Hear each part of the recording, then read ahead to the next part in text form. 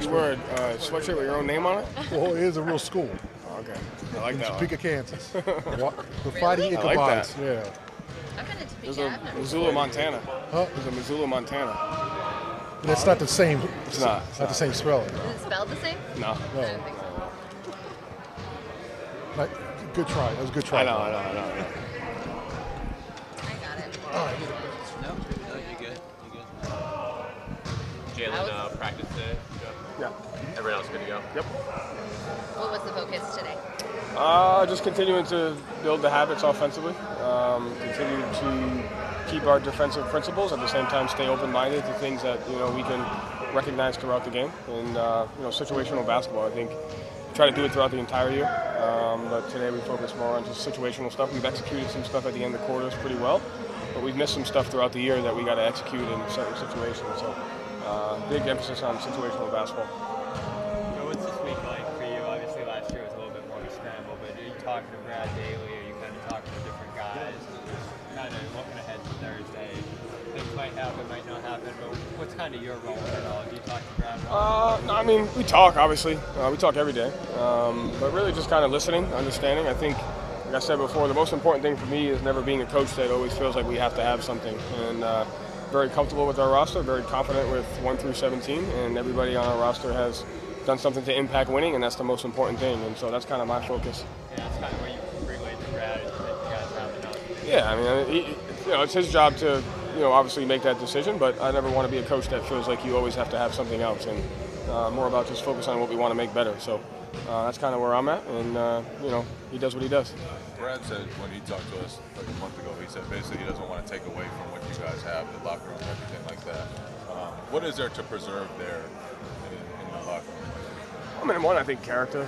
Not to say that there's bad people, but I think when you develop a locker room character over the course of the season, that's very hard to replicate. And then I think really just familiarity. I think one of the keys for a roster and for a locker room is for role guys to kind of find their niche within a team and within a system. And really, the relationship between your stars and the role players and the trust that they build amongst each other is super important. And I think both parties really facilitate that trust and that relationship. And so having a change will kind of start that process over. And then obviously just the language, offensively and defensively, the culture aspect of it. So there's just a lot that goes into it. How is that fit for you guys, the relationship between the stars, the role players, the bench?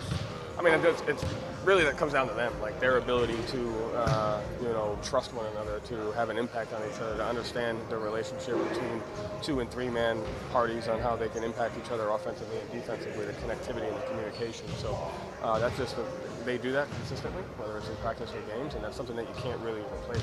And our guys do a good job of working with that. You mentioned you were talking to Brad every day. I mean, as a head coach, do you have a wish list of sorts? Do you ever say to him, "This is what I think might help us get over"? You've played 50 games so far, obviously. Yeah, I don't have a wish list. Like I said, I don't want to be one of those guys that took my opinion throughout the year. But at the end of the day, we have one of the best teams in the league, and I think we have one of the best rosters. And so my focus is to try to just get to maximize that. And I think that's kind of the mindset you have to have. You always sit there and say we need something else, you're missing an opportunity to grow at something. So just try not to do that. Specifically, what have you seen from O'Shea to earn that trust? And I think when we're talking about that, he's the one in particular where it's like he's done a great job earning the players' trust, earning the coach's trust, and just making great plays. He started his first game, we put him in Miami, he changed the dynamic of the game. And so he's grown over the last week and a half of the recognition of offense, of matchup recognition, how to impact our offense. But the hard thing about him is he's always playing with different lineups. Sometimes he plays with Luke, sometimes he plays with Al, sometimes he plays with KP. But he's done a great job of offensive rebounding. He's done a great job of spatial awareness. He's done a great job of executing coverages defensively, and he always gives us a boost when he plays. Joe, are you yourself looking forward to the All-Star break? There's 5 games left, and it's kind of everybody's kind of grinding until that. Are you looking forward to that break, or would you want to continue the season? I hate breaks. I wish there wasn't even a halftime. Just keep playing. There's a report that Jalen's seriously considering the dunk contest. Have you guys talked about that? Do you have any thoughts? I haven't. Whatever he wants to do. That's his time. Think he'd be good at it?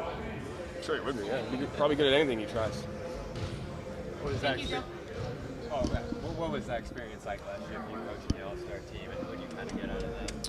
It was fun. It was really good observing your opponent in their own element, and kind of without them knowing, you're constantly looking at their habits and how they carry themselves and the conversations that they have, and you get a read on their personalities. And so that was the most fun part, was kind of reading your adversaries when they're comfortable, and constantly taking notes on it. That was fun. And then the ability to watch the two guys that you work with every day achieve a dream of theirs is fun. And then I think it was really good. So yeah.